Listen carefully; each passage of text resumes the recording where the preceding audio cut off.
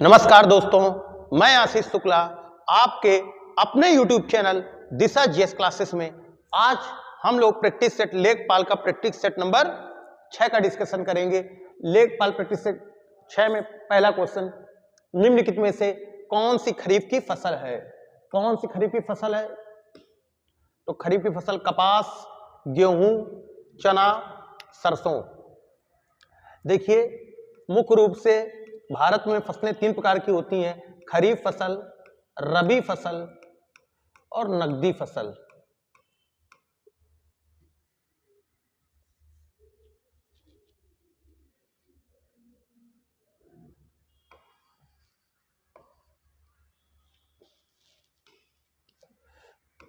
रबी, खरीफ और जायद। रबी फसल बेटा जून जुलाई में बोई जाती है।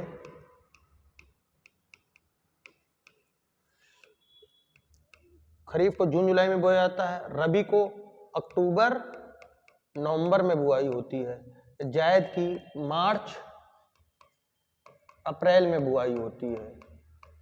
यह है इसकी बुआई। कटाई अक्टूबर नवंबर। रबी की कटाई अप्रैल मई।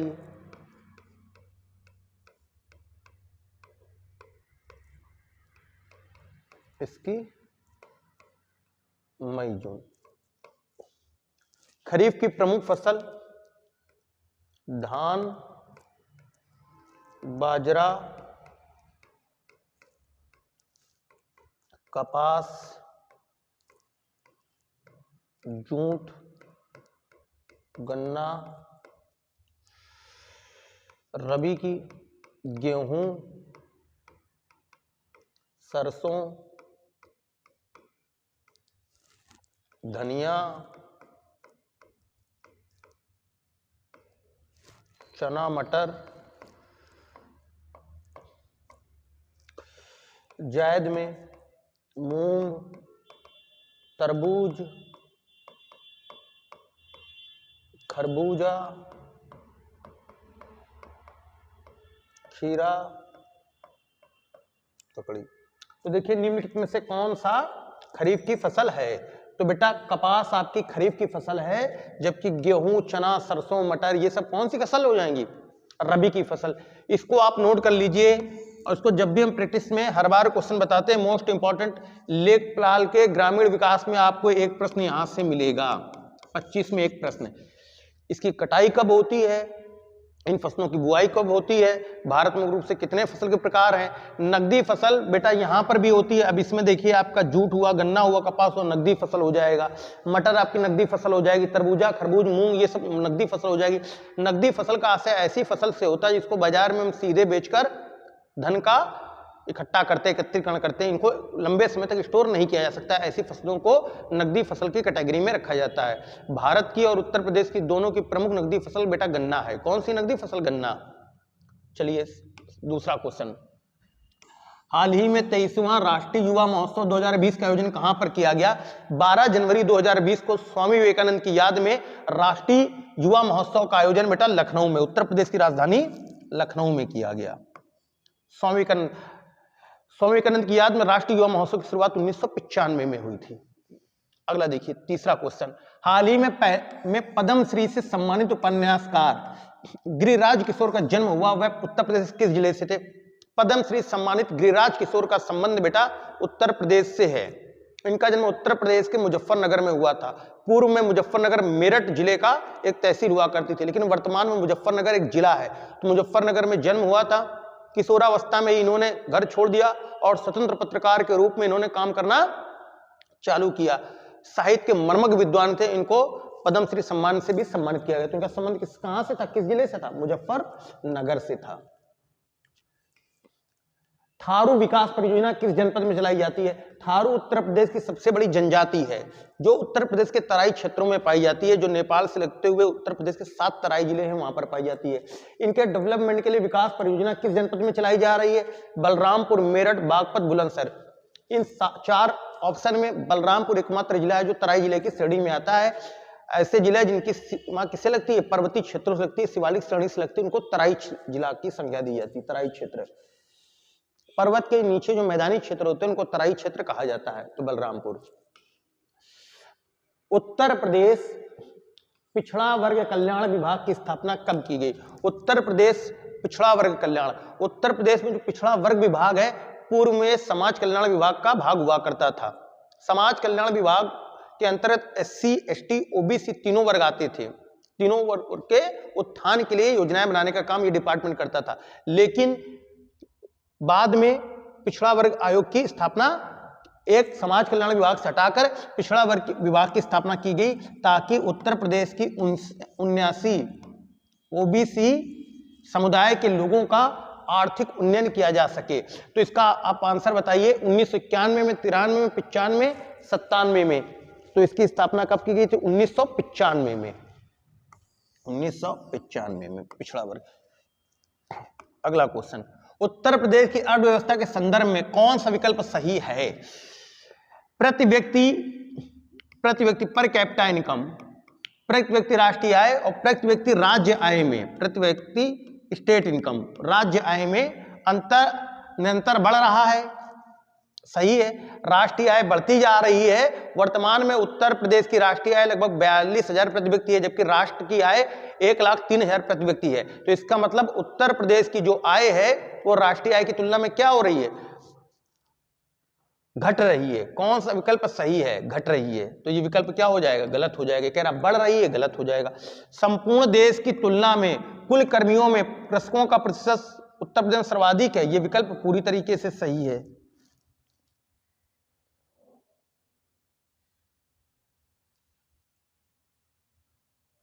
प्रति व्यक्ति राष्ट्रीय आय और प्रति व्यक्ति राज्य आय में अंतर निरंतर बढ़ रहा है। बढ़ रहा है मतलब सही है। अंतर बढ़ रहा है, अंतर बढ़ रहा है, ये सही है।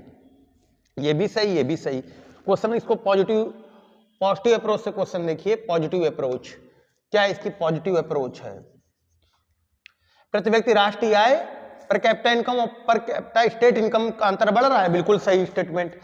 संपूर्ण देश की तुलना में कुल कर्मियों में कृषकों का प्रतिशत, उत्तर प्रदेश सर्वाधिक जनसंख्या वाला राज्य है, इसलिए कृषकों की भी सर्वाधिक संख्या कहां पर है? उत्तर प्रदेश में है। तीसरा क्वेश्चन, नेक्स्ट क्वेश्चन है जो तीसरा क्वेश्चन क्या है? तीसरा क्वेश्चन कह रहा है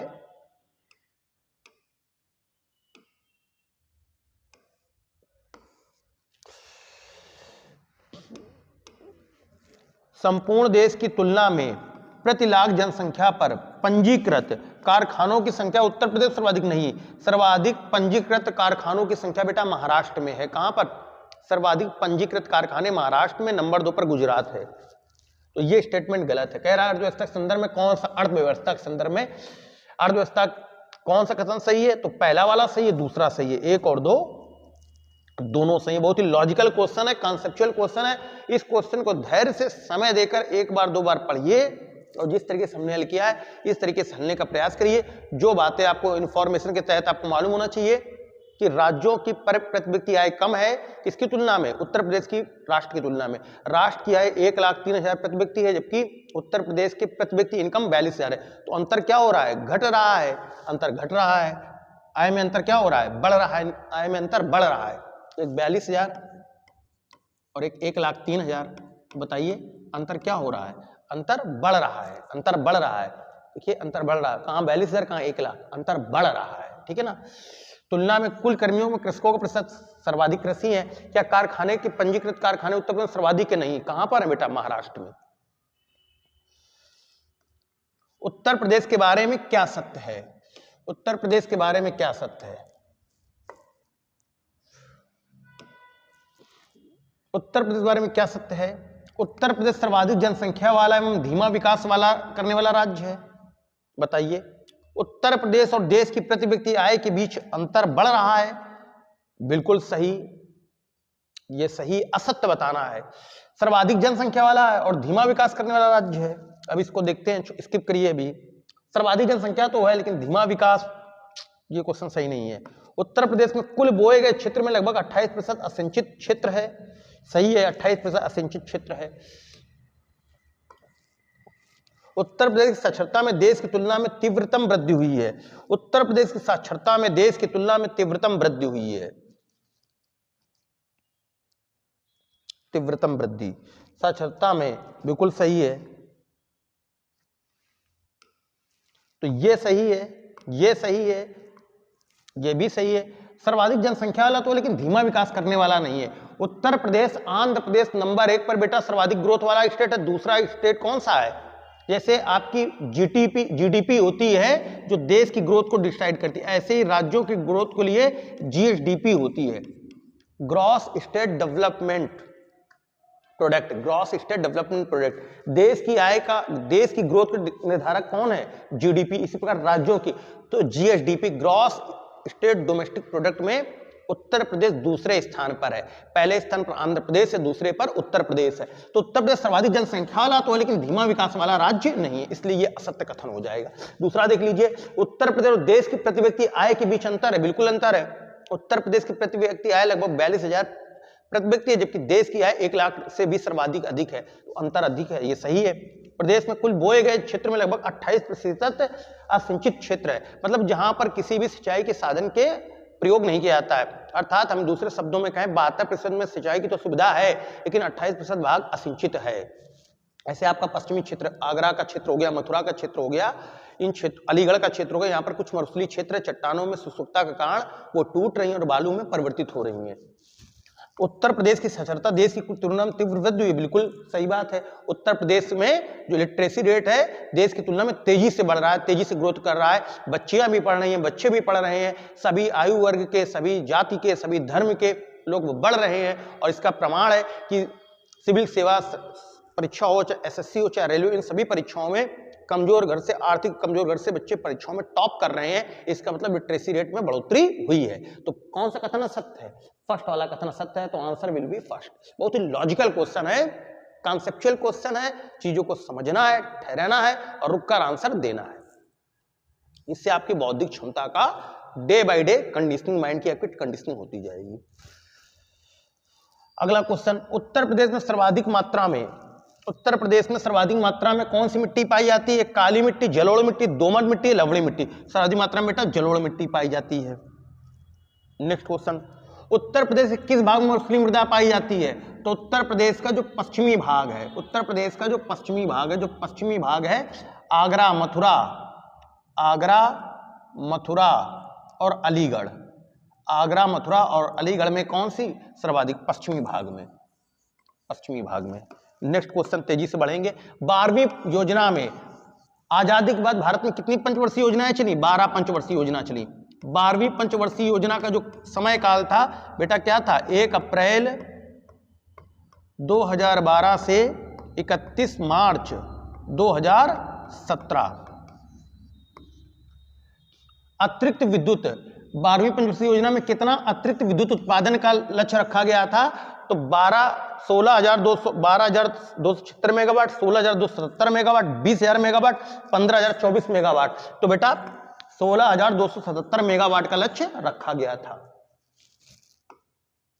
परीक्षा तापी परियोजना उत्तर प्रदेश में कहां स्थापित की गई है? परीक्षा तापी परियोजना उत्तर प्रदेश के बुंदेलखंड क्षेत्र में झांसी में स्थापित की गई है। कहां पर स्थापित की गई है?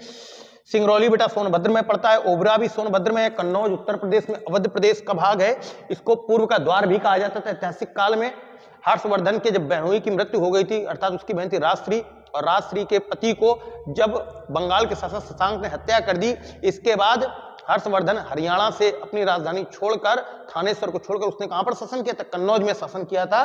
और प्राचीन काल में कन्नौज को पूर्व का द्वार कहा जाता था। हुमायूं और शेर शाह सूरी के बीच भी कन्नौज का युद्ध, विश्व प्रसिद्ध युद्ध 1539 में हुआ था। तो झांसी में परीक्षा बांध स्थित है। नेक्स्ट क्वेश्चन देखिए, उत्तर प्रदेश का वह शहर जहां देश का प्रथम हाथी समर्थित विशेष अस्पताल खोला गया है। तो उत्तर प्रदेश का वह शहर जहां पर हाथी को समर्थित पहला अस्पताल खोला गया है। तो एक ही ऑप्शन दिया है उत्तर प्रदेश का राज्य, मथुरा। किस राज्य ने हाल ही में दामिनी हेल्पलाइन, महिलाओं को योजना को मजबूत करने के लिए, महिलाओं की सुरक्षा गारंटी देने के लिए उत्तर प्रदेश सरकार ने दामिनी लड़की के नाम से एक हेल्पलाइन शुरुआत की गई? निर्भया कांड, जो निर्भया कांड 2012 में दिल्ली में हुआ था, उस निर्भया बालिका का जो वास्तविक नाम था दामिनी था और दामिनी का संबंध उत्तर प्रदेश के बलिया जिले से है, इसलिए उसी के सम्मान में उत्तर प्रदेश सरकार ने लड़कियों को और महिलाओं को सशक्तिकरण के लिए एक हेल्पलाइन शुरुआत की है। तो किस सरकार ने? उत्तर प्रदेश ने। अगला क्वेश्चन, उत्तर प्रदेश में पाए जाने वाले प्रमुख खनिज कौन से हैं? तांबा एवं ग्रेफाइट, लाइमस्टोन एवं डोलोमाइट, रॉक फास्फेट तथा डोलोमाइट, उपरोक्त में से कोई नहीं। तो लाइमस्टोन एवं डोलोमाइट।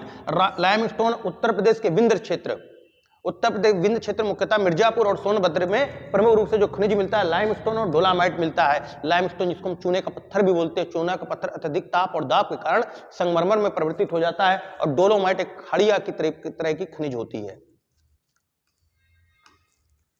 किस पंचवर्षीय योजना में उत्तर प्रदेश में सबसे कम औद्योगिक विकास हुआ? नवीं पंचवर्षीय योजना में सबसे कम। फैक्चुअल है, ये आपको याद होना चाहिए। उत्तर प्रदेश में उद्योग बंधु की स्थापना कब की गई? उत्तर प्रदेश में उद्योग बंधु उद्योगों को, उद्यमियों को सहायता देने के लिए, उनको सस्ते दर पर लोन उपलब्ध कराने के लिए, उत्तर प्रदेश में उद्योग की गतिविधियों को बढ़ावा देने के लिए उद्योग बंधु परियोजना की शुरुआत 1981 में की गई। कब की गई? 1981 में की गई। उत्तर प्रदेश में 2011 के आंकड़ों के अनुसार उत्तर प्रदेश से बालिका शिशुओं की संख्या प्रति 1000 बालक में, तो प्रति 1000 बालक में गर्ल्स चाइल्ड रेशियो का बॉयज चाइल्ड रेशियो से, पुरुष मतलब जो बच्चे हैं बॉयज चाइल्ड है उनकी तुलना में गर्ल्स चाइल्ड की संख्या 902 है 2011 जनगणना के अनुसार। कितनी है? 902 उत्तर प्रदेश में।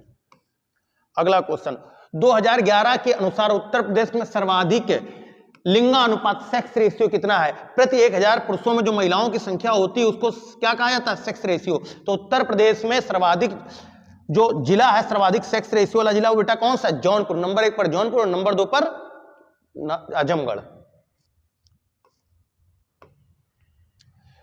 सर्वाधिक अनुसूचित जनजाति एसटी का प्रतिशत सर्वाधिक, एसटी का सर्वाधिक प्रतिशत कहां पर है?